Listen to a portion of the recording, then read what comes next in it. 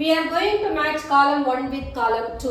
Actually, hybrid orbital sigma bond மட்டும்தான் form பண்ணும். So கொடுத்திருக்கிற காம்பவுண்ட்ல மல்டிபிள் பாண்ட் இருந்தா கூட நாம மல்டிபிள் பாண்ட்ல one of the bond sigma bond மட்டும்தான் எடுத்து கன்சிடர் பண்ண போறோம். இதுல இன்வால்வ் ஆகி இருக்கக்கூடிய டோட்டல் நம்பர் ஆஃப் ஹைபிரிட் ஆர்பிட்டலை பார்க்கலாம்.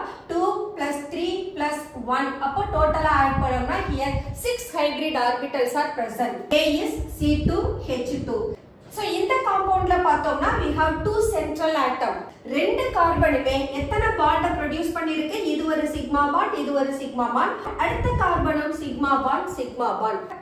This carbon has produced only two sigma bond, two hybrid orbital. அப்போ this carbon and this carbon undergoes sp hybridization. B is sf6, 6 fluorine atom. அப்ப இந்த 6 hybrid orbital produce பண்ணிருக்கக்கூடிய hybridization எதுனா sp3d2. C is sulfur dioxide. Sulfur is the central atom. 2 oxygen. So this is what? இது இல்லாம சல்ஃபர்ல ஒரு lone pair எலக்ட்ரானும் இருக்கும். So இதுதான் சல்ஃபரோட வேலன்ஷியல் electron. we have to consider sp2.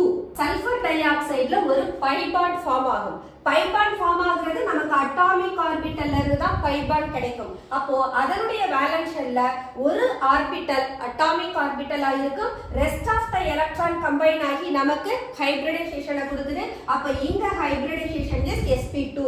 இந்த one of the bond is sigma bond. இந்த bond பார்த்தோம்னா இங்க ஒரு பேர் எலக்ட்ரான் இருக்கா? இந்த பேர் எலக்ட்ரானை மொத்தமா ஆக்சிஜனுக்கு கொடுத்துரும். அதனால ஒரு பாண்ட் ஃபார்ம் ஆகுது. அப்போ சல்ஃபரோட hybridisation in SO2 is sp2IF7. Iodine is the central atom. இருக்கு 7 fluorine atom. அப்போ sp3d3 is the answer for IF7. So the correct answer is A3B1C4D2.